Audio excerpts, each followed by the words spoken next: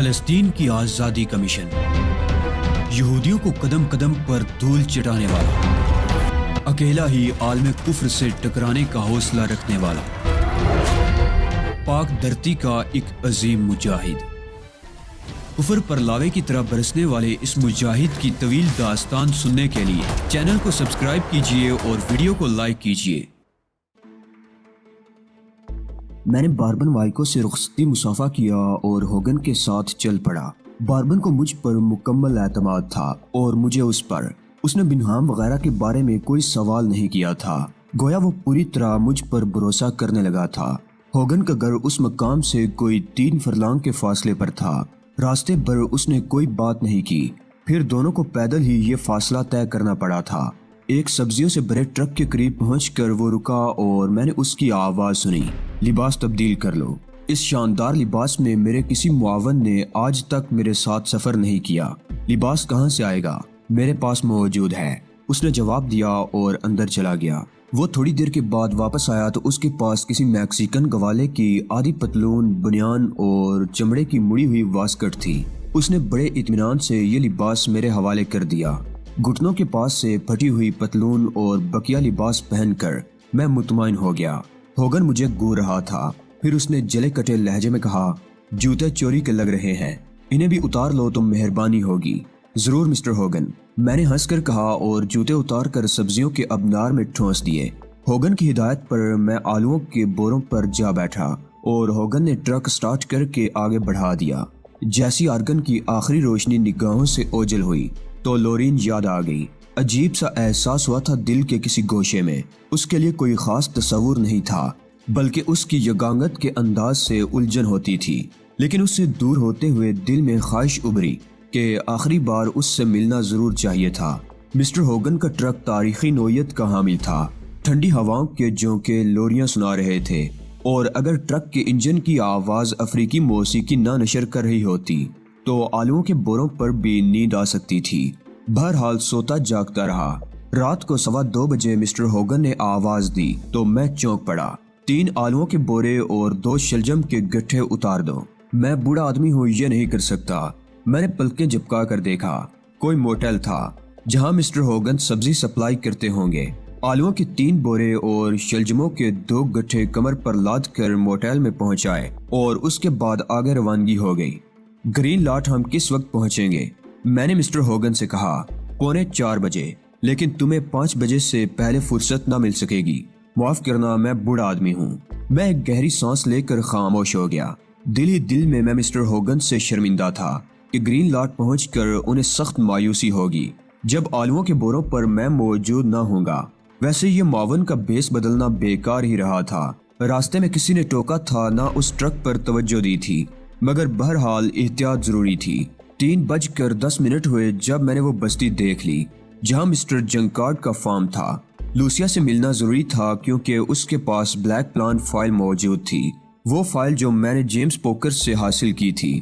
Mister Hogan آرام سے truck drive کر رہے تھے۔ میں نے اپنے کپڑوں کی گٹھڑی سنبھالی اور مسٹر ہوگن کو روکنے کی کوئی ترکیب سوچنے لگا۔ پھر میں نے اطمینان سے ایک بڑا سا آلو اٹھا کر اس طرف اوپر اچھالا کہ وہ ونڈ سکرین پر پڑے، اور ایسا ہی ہوا۔ مسٹر ہوگن نے زبردست بریک لگائے تھے، پھر وہ دروازہ کھول کر نیچے اترے۔ اسی لمحے میں دائیں سمت سے نیچے کود کر قریبی جھاڑیوں کی طرف دوڑ پڑا۔ مسٹر ہوگن چند لمحے ادھر ادھر دیکھتے رہے۔ آلو تاریکی میں لڑک کر گم ہو گیا تھا، اس لیے ان کی توجہ پیچھے نہ گئی اور وہ بڑبڑاتے ہوئے دوبارہ سٹیئرنگ پر پہنچ گئے۔ میں نے مطمئن انداز میں گردن ہلائی اور پھر اس شاندار لباس سے نجات حاصل کرنے لگا۔ لوسیا کیلس کے فارم میں داخل ہو کر میں نے وہی آرام گاہ منتخب کی جہاں اس نے پہلی بار مجھے جگہ دی تھی۔ میری خوابگاہ خالی تھی۔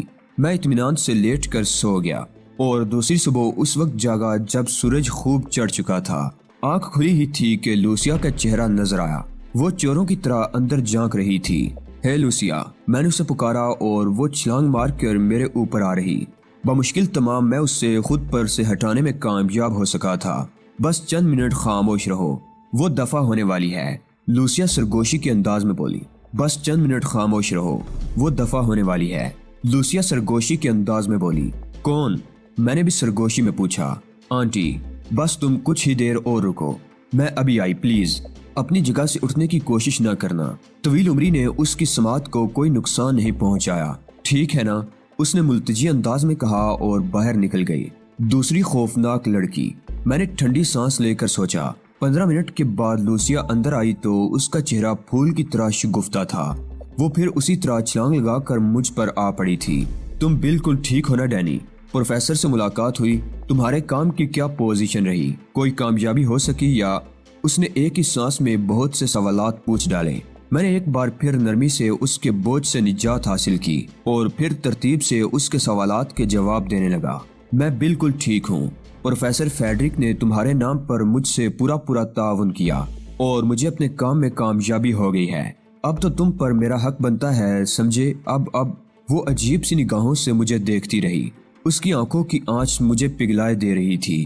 آنٹی فرن کہاں گئی ہیں؟ بستی، ہفتے وار خریداری کے لیے 4 گھنٹے ضرور صرف ہو جائیں گے، اس نے مسرت بھرے لہجے میں کہا۔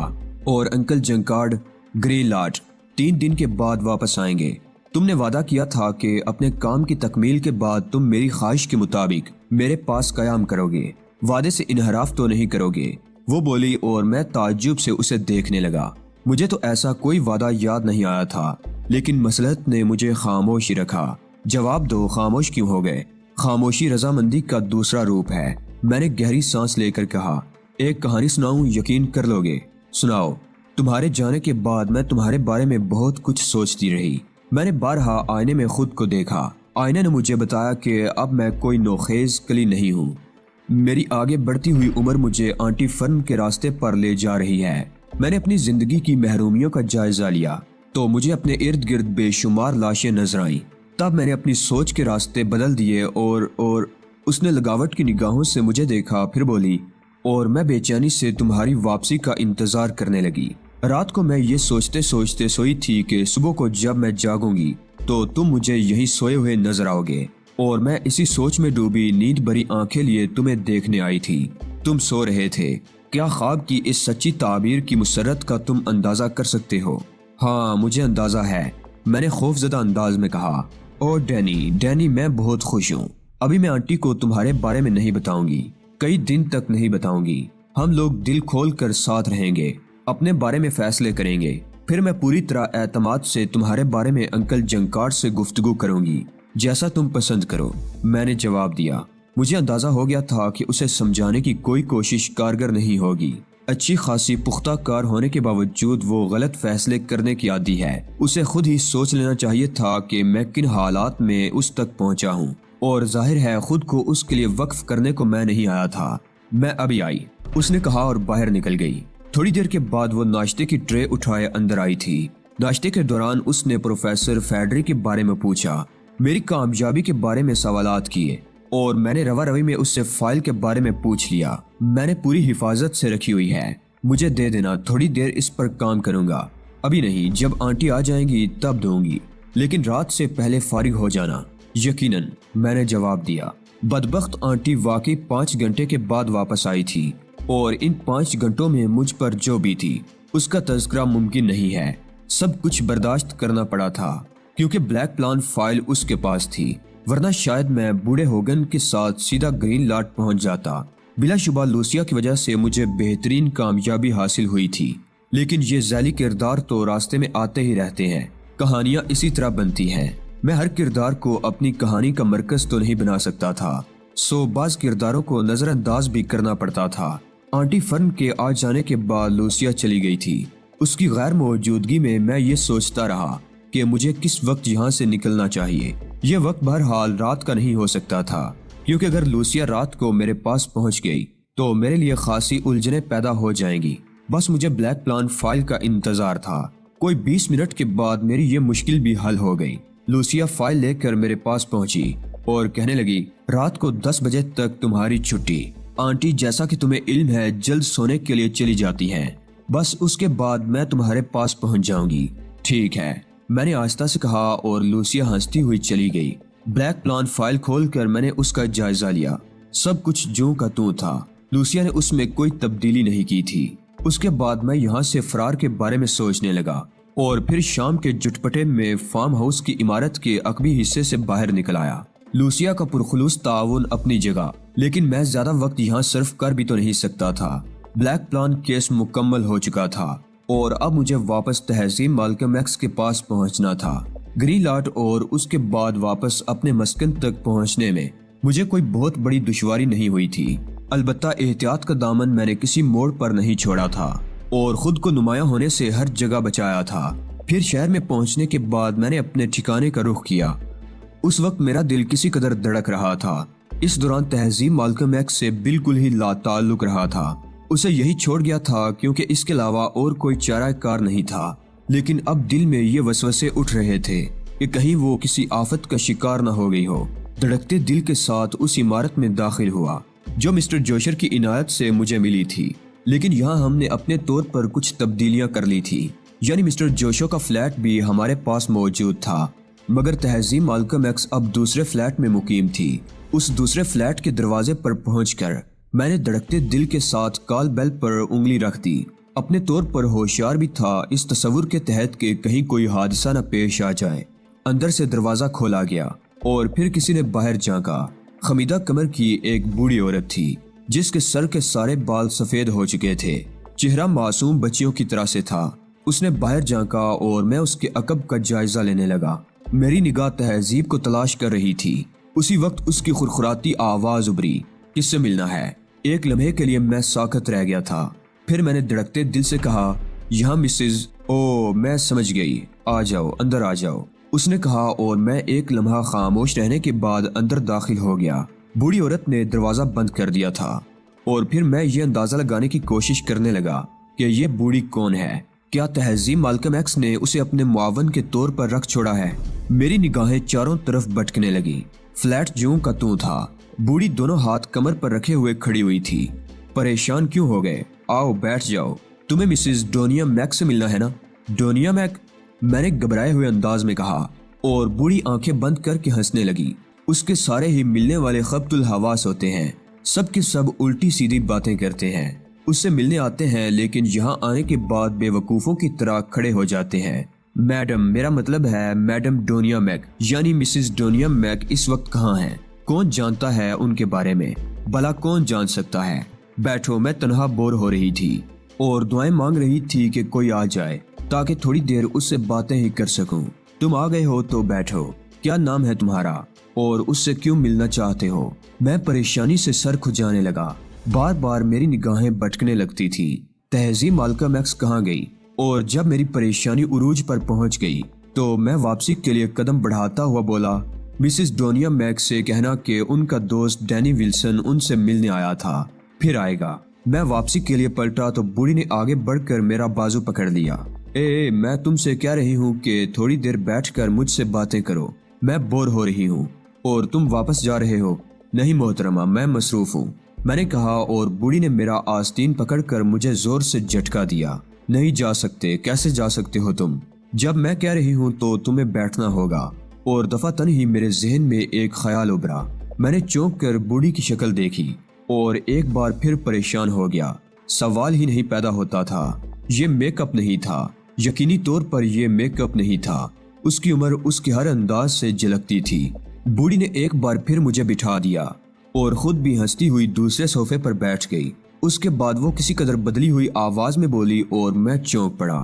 بس دیکھ لیا علی یار خان صاحب، بس دیکھ لیا آپ کو، اس نے کہا اور میں متخیرانہ انداز میں کھڑا ہو گیا اور پھر میں اپنے جذبات پر قابو نہ رکھ سکا۔ کیا کہوں تمہیں، بس کیا کہوں، میں نے دانت پیستے ہوئے کہا۔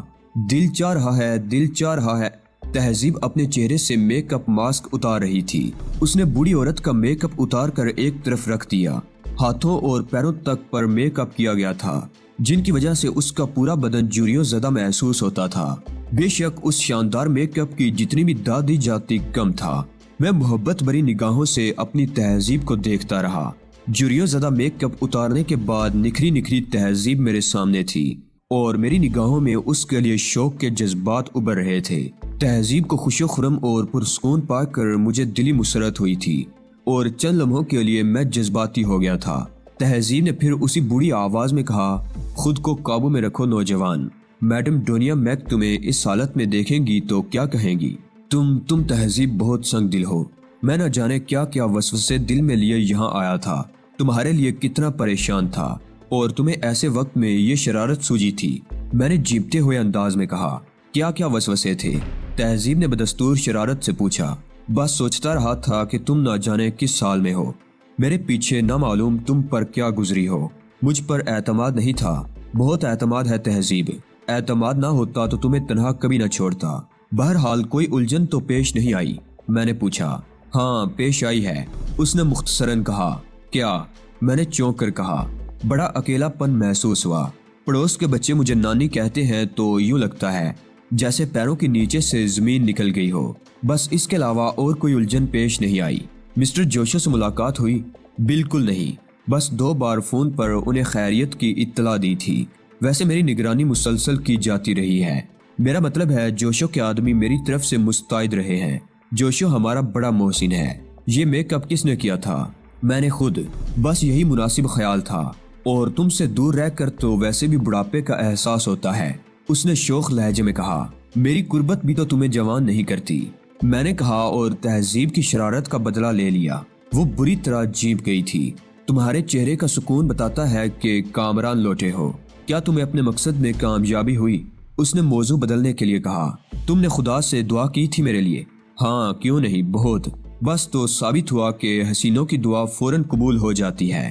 یہ بلیک پلان فائل ہے، اور یہ وہ خفیہ منصوبہ جو باربن وائکو کی تحویل میں تھا۔ میں نے گڑی سے مائکرو فلم کے رول نکال کر تہذیب کے سامنے ڈال دیے، اور تہذیب حیرت و مسرت سے ایک ایک چیز دیکھنے لگی۔ بہت مشکلات پیش آئی ہوں گی؟ ہاں کسی حد تک۔ تفصیل بتاؤ، تہذیب نے کہا، اور میں نے اسے پوری کہانی سنا دی۔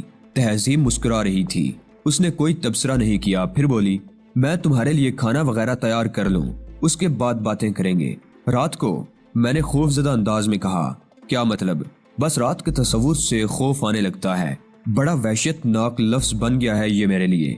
بیچاری لوسیا کا مذاق اڑا رہے ہو، کتنی دل برداشتہ ہوئی ہوگی تمہاری گمشدگی پر۔ اب شاید وہ زندگی بھر کسی کی طرف متوجہ نہ ہوگی۔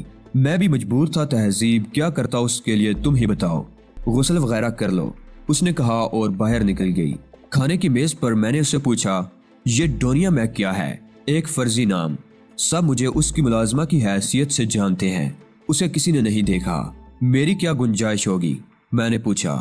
بوڑھے مسٹر جیگر جو لاس ویگاس گئے ہوئے تھے، تمہارے کون ہیں؟ شوہر، تہذیب نے کہا۔ خدا کا شکر ہے، میں نے اپنی ازواجی زندگی کی ابتدا بڑھاپے سے کی ہے، میں نے ہنستے ہوئے کہا۔ اس کے بعد ہم کچھ دیر تک ادھر ادھر کی باتیں کرتے رہے، مقصد صرف ذہنی تفریح تھا۔ پھر تہذیب نے پوچھا، تم بلیک پلان سے پوری طرح واقف ہو چکے ہو؟ ہاں، یہ خوفناک منصوبہ ہے۔ اب ایک مشکل مرحلہ یہ درپیش ہے تہذیب کہ ہم یہ سب کچھ بیروت کس طرح پہنچائیں۔ ابھی ہاورڈ اندھیرے میں ہے، لیکن وہ جتنا بڑا شیطان ہے، اس سے یہ بعید نہیں ہے کہ حقیقت سے واقف ہو جائے، اس سے قبل کہ وہ ہمارے راستے بند کرے۔ بیروت کو اس منصوبے سے آگاہ ہونا چاہیے۔ کیا ہمیں بیروت جانا ہوگا؟ یہ بھی ممکن نہیں ہے۔ مسٹر جوشو قطعی نامناسب رہیں گے، اس وقت ہاورڈ کی توجہ کا مرکز ہے، اور ہاورڈ یہ جاننے کے بعد کہ میں یہاں موجود ہوں، نہ جانے کیا کچھ کر چکا ہوگا۔ مسٹر جوشو کو میں خطرے میں نہیں ڈال سکتا، کچھ اور کرنا ہوگا۔ مثلاً میں مسٹر جوشو سے بات کروں گا، ممکن ہے وہ کسی غیر متعلق آدمی کے ذریعے یہ کام کرا دیں۔ ابھی ہمارے پاس وقت ہے۔ تہذیب خاموشی سے کچھ سوچتی رہی۔ میں نے کہا، اس دوران اخبارات دیکھتی رہی ہو؟ ہاں۔ کوئی خاص خبر؟ نہیں، یوں لگتا ہے جیسے اخبارات کو اس سلسلے میں خصوصی طور پر خاموش رہنے کی ہدایت کی گئی ہو۔ ہاں، مائیکل جوشر کی موت کی خبر ضرور چھپی تھی، لیکن ان کا ہارٹ فیل ہو گیا تھا۔ اوہ، میں نے معنی خیز لہجے میں کہا، اس سے زیادہ وہ کیا کر سکتے تھے؟ دوسرے دن صبح تہذیب نے ناشتے کی میز پر کہا، علی، میں نے ایک ترکیب سوچی ہے، تم سے مشورہ کرنا ہے۔ کس بارے میں؟ بلیک پلان بیروت پہنچانے کے سلسلے میں کیا تجویز ہے؟ جو کچھ میں کہوں اسے محسوس نہ کرنا علی۔ تنظیم نے تمہارے سلسلے میں ان جذبات کا اظہار نہیں کیا جو کرنا چاہیے تھا۔ تمہاری جگہ کوئی اور ہوتا تو بد دل ہو کر اپنے راستے تبدیل کر دیتا، لیکن تم بہت اعلیٰ ظرف انسان ہو اور صرف اپنے مقصد کی تکمیل پر نظر رکھتے ہو۔ کیا اس سے اختلاف کرتے ہو تم؟ نہیں، یہ حقیقت ہے تہذیب، تم جانتی ہو۔ ہم جو کچھ کر رہے ہیں علی، اس تگودو میں صرف ہمارے نیک جذبات کا دخل ہے، کسی کی خوشنودی ہمیں مقصود نہیں۔ درست، بالکل درست۔ پھر کیا ضروری ہے کہ یہ سب کچھ ہم بیروت بھیجیں؟ کیا مطلب؟ میں نے تعجب سے کہا۔ مقصد بلیک پلان کو ناکام بنانا ہی ہے نا؟ بالکل، اگر یہ پورا پلان منظر عام پر آ جائے تو خود بخود ناکام ہو جائے گا۔ حکومتیں اور متعلقہ ادارے اس سے واقف ہو جائیں گے۔ اس کے بعد اس پر عمل کا کیا سوال پیدا ہوتا ہے؟ میں چونک پڑا۔ تہذیب نے ایک معقول بات کہی تھی، یقیناً یہ اس مسئلے کا بہترین حل تھا۔ میں نے کہا، لیکن یہ منظر عام پر کس طرح آئے گا؟ اخبارات کے ذریعے۔ وہ بولی، کیا یہ ممکن ہے؟ میں نے الجھے ہوئے انداز میں کہا، اس کے لیے میں نے کرائم انٹرنیشنل کا انتخاب کیا ہے۔ یہ اخبار امریکہ، فرانس اور برطانیہ سے بیک وقت شائع ہوتا ہے۔ میں نے تینوں جگہ کے اخبارات تو نہیں دیکھے۔ اگر تینوں میں ایک ہی مواد تھوڑی بہت رد و بدل کے ساتھ شائع ہو جائے تو ہمارا کام شاندار طور پر ہو سکتا ہے، تہذیب نے کہا۔ مگر یہ سب کچھ آسان نہیں ہوگا تہذیب، ہرگز نہیں۔ یہ کس نے کہا کہ آسان ہوگا؟ کیا ہم آسان زندگی گزارنے کے خواہش مند ہیں علی؟ تہذیب نے بڑے اعتماد سے کہا۔ میں پرخیال انداز میں تہذیب کی شکل دیکھ رہا تھا۔ پھر میں نے کہا، تمہاری تجویز شاندار ہے تہذیب، اس بات کا تو میں قائل ہو گیا ہوں۔ بلا شبہ اگر بلیک پلان کے بارے میں تفصیلات اخبارات میں شائع ہو جائیں تو یہ خود بخود ناکام ہو جاتا ہے۔ نہ صرف ناکام ہو جاتا ہے بلکہ ان دستاویزات کی اشاعت بڑی تہلکہ خیز ہوگی۔ اس کے لیے تم نے جس ذہانت سے کرائم انٹرنیشنل کا انتخاب کیا ہے وہ بھی قابل تحسین ہے، لیکن ہم اخبار کو اس کے لیے کیسے مجبور کر سکتے ہیں، یہ سوچنا ہے۔ یوں کرو تہذیب، تم اپنے طور پر اس پروگرام کو ترتیب دو، میں اپنے طور پر غور و فکر کرتا ہوں۔ اس کے بعد ہم اپنی اپنی تجاویز ایک دوسرے کے سامنے رکھیں گے اور ان پر بحث کریں گے، تب پھر یہ کام فوراً شروع ہو جانا چاہیے۔ بالکل، میں نے کہا۔ میں اور تہذیب الگ الگ کمروں میں بند ہو گئے۔ دوپہر کے کھانے پر تہذیب نے مجھے چونکا دیا۔ میں نے پورا پروگرام ترتیب دے لیا ہے، وہ بولی۔ خوب، کھانے کے بعد ہم اس پر گفتگو کریں گے، میں نے کہا۔ ہم دونوں بہت پرجوش تھے۔ کھانے کے بعد تہذیب کے کمرے میں نشست ہوئی۔ تہذیب نے جو پروگرام ترتیب دیا تھا اس کی تفصیل بیان کرتے ہوئے اس نے کہا، نمبر 1، کرائم انٹرنیشنل اس سلسلے میں سب سے موزوں اخبار ہے کیونکہ وہ 3 ملکوں سے شائع ہوتا ہے۔ پیکان نیوز ایجنسی والوں کا کہنا ہے کہ تینوں ملکوں سے شائع ہونے والی اس اخبار کے مضامین یکساں ہوتے ہیں سوائے اضافی ملکی خبروں کے۔ ٹیلی پرنٹر اس سلسلے میں رابطہ رکھتے ہیں۔ یہ بات تمہیں کیسے معلوم ہوئی؟ میں نے پوچھا۔ پیکان نیوز ایجنسی سے، میں نے اسے فون کیا تھا، تہذیب نے جواب دیا۔ پھر سلسلہ کلام جوڑتے ہوئے بولی، نمبر 2، اس ساری کارروائی کے لیے 7 دن مخصوص کیے جائیں گے۔ نمبر 3، سب سے پہلے اخبار کے مالکان اور بورڈ آف ممبرز کے بارے میں معلومات حاصل کی جائیں گی۔ اس کے بعد سب سے مؤثر شخصیت کو منتخب کیا جائے گا جو اخبار کی پالیسی مرتب کرتی ہے۔ پریس وغیرہ کے بارے میں معلومات بھی اہم ہیں۔ نمبر 4، اخبار کی ترتیب ذہن میں رکھ کر اس کے مطابق اس کی کمپوزنگ تیار کی جائے گی تاکہ اس کام کے لیے اخبار کے ملازمین پر انحصار نہ ہو اور عین وقت پر کوئی دقت پیش نہ آ سکے اور یہی کمپوزنگ پرنٹ ہو جائے۔ اسی کی نقول ٹیلی پرنٹر پر فرانس اور برطانیہ کو فراہم کر دی جائے۔ میں نے پرخیال انداز میں کہا، 7 دن اس کام کے لیے بہت کم ہے تہذیب، اور یہ بھی حقیقت ہے کہ اس سے زیادہ وقت ہمارے پاس نہیں ہے۔ کام کرنے والے ہم 2 افراد ہیں اور کام کی نوعیت مہینوں پر محیط ہے۔ مجوزہ لوگوں کی تلاش اور مؤثر ترین شخصیت پر تسلط، یہ سب کیسے ممکن ہے؟ تمہارے ذہن میں کوئی اور تجویز ہے علی؟ تہذیب نے کہا۔ ہاں، اس سے تھوڑی سی مختلف۔ میں نے کہا، کیا؟ کرائم انٹرنیشنل سے میں متفق ہوں۔ ہمیں اس سلسلے میں صرف ایک پریس درکار ہوگا جس میں کرائم انٹرنیشنل کی پرنٹنگ ہو سکے۔ یہ معلومات حاصل کی جائیں کہ یہ اخبار کون کون سی ایئر لائنز سے کہاں کہاں روانہ کیا جاتا ہے۔ ہمیں اس کے پورے لے آؤٹ کے ساتھ اس کی نقل تیار کرنا ہوگی، اس کی تعداد اشاعت معلوم کرنا ہوگی اور اسی تعداد میں اسے چھپوا کر تیار کر لینا ہوگا۔ اس کے بعد جنرل آپریشن یہ ہوگا کہ ایئر لائنز میں اصل اخبار کی جگہ یہ اخبار پہنچایا جائے۔ ہاکرز اور نیوز ایجنسیاں بھی اس کے بنڈل حاصل کریں۔ تہذیب نے گردن ہلاتے ہوئے کہا، بے شک یہ پروگرام پہلے پروگرام سے مختصر ہے، لیکن علی، سوال وہی پیدا ہوتا ہے، کیا ہم دونوں یہ سب کچھ کر سکتے ہیں؟ اگر وقت سے پہلے یہ سازش تشتے ازبام ہو گئی تو کچھ نہ ہو سکے گا۔